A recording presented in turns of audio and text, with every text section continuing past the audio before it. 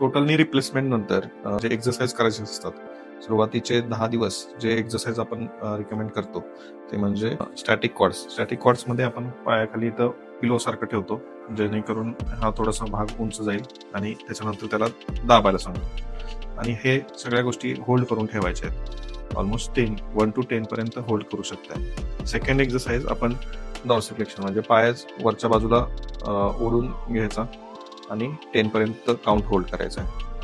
हा तिसरा एक्सरसाइज त्यांनी एक 10 पर्यंत असं होल्ड करून ठेवायचं. प्लांटर फ्लेक्शन म्हणतात त्याला. त्याच्यानंतर आपण दुसरं एक्सरसाइज म्हणजे मध्ये एक पिलो उशी ठेवून आपण याला दाबू शकतो, ज्याने ह्या मसल ज्या आहेत ह्या स्ट्रेंथन होणार आहेत. त्याच्यानंतर पुढचा व्यायाम एका बाजूला होऊन वरच्या बाजूला आपण पायाला होल्ड करायला लावू शकतो. 10 पर्यंत त्यांना मोजू शकतो.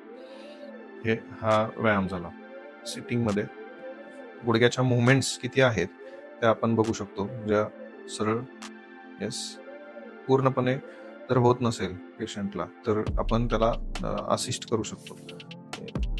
शेवटचं लॅग राहत असेल तर त्याला आपण थोडंसं आपण वर उचलून स्ट्रेट ठेवू शकतो.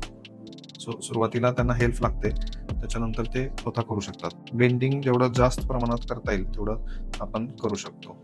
हे व्यायाम 10 दिवसापर्यंत आहेत.